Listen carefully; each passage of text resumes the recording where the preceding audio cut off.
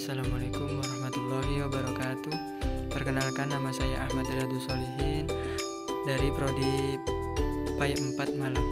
Di sini saya akan membuat tugas video pembelajaran mata kuliah Teknologi dan Informasi Pendidikan dengan dosen pengampu Ibu Ria Maharani MPDI. Nah, selanjutnya saya akan mempresentasikan tugas saya yang berjudul Teknologi Pendidikan dan Teknologi Pembelajaran. Masuk ke materi yang pertama, A. Teknologi Pendidikan. Dalam bahasa Yunani, teknologi berasal dari kata teknologia, yang menurut Webster Dictionary berarti systematic treatment atau penanganan sesuatu secara sistematis. Pendidikan sendiri menurut UU nomor 20 tahun 2003 adalah usaha sadar dan terencana untuk mewujudkan suasana belajar dan proses pembelajaran agar peserta didik secara aktif mengembangkan potensi dirinya untuk memiliki kekuatan spiritual keagamaan, pengendalian diri, kepribadian, kecerdasan, akhlak mulia, serta keterampilan yang diperlukan dirinya, masyarakat, bangsa, dan negara. Sedangkan teknologi pendidikan ialah suatu proses yang kompleks dan terpadu serta melibatkan manusia, prosedur, pikiran, peralatan, serta pengorganisasian dalam menganalisa, merancang, melaksanakan, mengevaluasi, dan mengelola pemecahan masalah tindak belajar manusia dari segala aspek. Dari definisi di atas dapat disimpulkan bahwa pengertian teknologi pendidikan pada hakikatnya adalah pemecahan masalah pendidikan, tindak belajar manusia dari segala aspek, bukan hanya digunakan mesin-mesin atau alat-alat elektronik dalam pendidikan.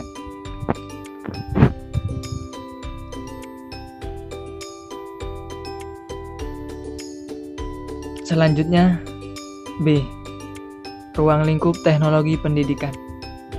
Ruang lingkup teknologi pendidikan sendiri ada 5, yaitu desain. Proses untuk menentukan kondisi belajar dengan tujuan untuk menciptakan strategi dan produk. Ada 4 cakupan utama yang meliputi desain, yaitu desain sistem pembelajaran, desain pesan, strategi pembelajaran, dan karakteristik pembelajar. Pengembangan, yaitu proses penerjemahan spesifikasi desain ke dalam bentuk fisik yang meliputi teknologi cetak, teknologi audiovisual, teknologi berbasis komputer, dan teknologi terpadu. Pemanfaatan, yaitu aktivitas menggunakan proses dan sumber untuk belajar. Pengelolaan, meliputi pengendalian diri teknologi pembelajaran melalui perencanaan, pengorganisasian, pengkoordinasian, dan supervisi.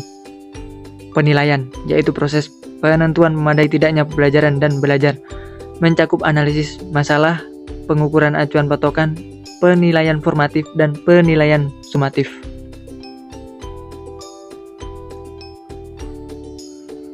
C. Unsur-unsur dalam teknologi pendidikan. Ada 2 unsur dalam teknologi pendidikan, yaitu unsur software dan hardware. A. Unsur software. Adapun yang dimaksud alat atau perangkat software atau perangkat lunak adalah semua perangkat pembelajaran dalam pendidikan yang berupa konsep, rencana, dan metode serta kurikulum dalam pembelajaran. Kurikulum dalam pembelajaran itu sendiri terdapat unsur-unsur pembentuk antara lain sebagai berikut. 1. Silabus, 2. RPP, 3. Program semester, 4. Program tahunan, 5. Kalender pendidikan. B. Unsur hardware atau perangkat keras adalah semua jenis yang berupa alat peraga atau alat bantu yang berguna untuk mempermudah proses belajar mengajar yang disampaikan seorang guru kepada peserta didik agar peserta didik lebih cepat menerima materi yang diberikan oleh pendidik.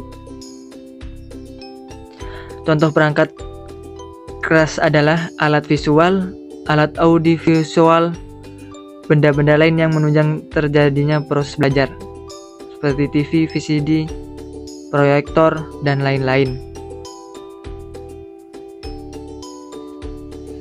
Masuk ke materi yang kedua, teknologi pembelajaran.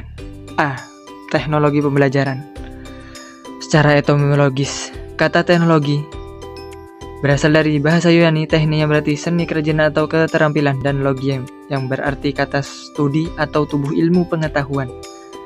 Sejatinya, pengertian teknologi ini telah dipaparkan pada pembahasan di atas. Sedangkan pembelajaran sendiri adalah sesuatu yang dilakukan dengan sengaja untuk memfasilitasi belajar. Maksudnya, pembelajaran merujuk pada pengaturan kondisi belajar yang disengaja untuk mendukung pencapaian tujuan yang diinginkan. Selanjutnya, tiba saatnya untuk menurunkan definisi teknologi pembelajaran dalam suatu kesatuan makna. Banyak sekali definisi yang telah diberikan mengiringi perkembangan kajian teknologi pembelajaran, mulai dari definisi yang menempatkan teknologi pembelajaran sebagai media, bidang ilmu, proses, dan bahkan teknologi pembelajaran sebagai suatu kawasan ilmu dan sebagai studi dan praktis. B. Asas teknologi pendidikan. Dalam Kamus Besar Bahasa Indonesia KBBI, asas adalah hukum dasar atau kebenaran yang menjadi pokok dasar, sedangkan prinsip adalah asas atau dasar yang dijadikan pokok berpikir, bertindak, dan sebagainya. Jadi dapat disimpulkan bahwa asas dan prinsip sebenarnya adalah sama karena menjadi pokok dasar baik bertindak maupun berpikir.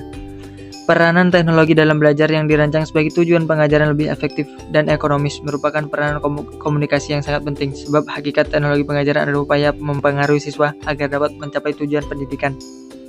Oleh sebab itu, landasan sosial teknologi pengajaran ada pada komunikasi insani. Menurut Yusuf Hadi, objek formal adalah belajar maupun yang tergabung dalam organisasi.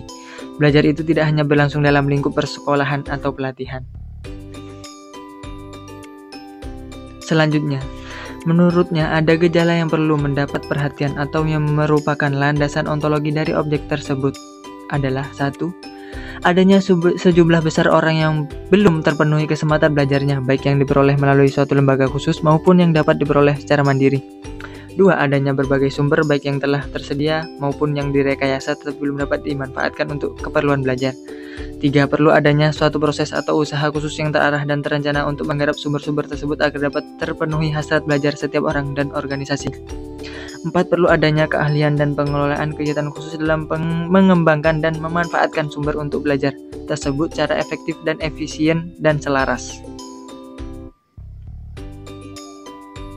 C. Potensi teknologi pembelajaran. Potensi teknologi pembelajaran adalah sebagai berikut.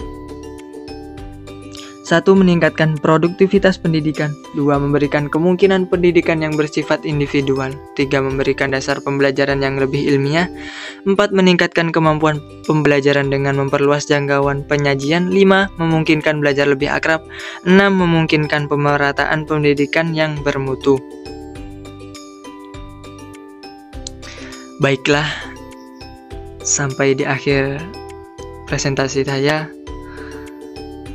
Mungkin itu saja yang bisa saya sampaikan. Apabila ada kesalahan, mohon dimaafkan, karena kebenaran itu hanya milik Allah. Pendidikan yang bersifat individual. 3. Memberikan dasar pembelajaran yang lebih ilmiah. 4. Meningkatkan kemampuan pembelajaran dengan memperluas jangkauan penyajian. 5. Memungkinkan belajar lebih akrab. 6. Memungkinkan pemerataan pendidikan yang bermutu. Baiklah, sampai di akhir presentasi saya. Mungkin itu saja yang bisa saya sampaikan. Apabila ada kesalahan, mohon dimaafkan, karena kebenaran itu hanya milik Allah, dan kesalahan itu dari saya. Kurang lebihnya mohon maaf. Wallahul muwaffiq ila aqwamit thoriq. Wassalamualaikum warahmatullahi wabarakatuh.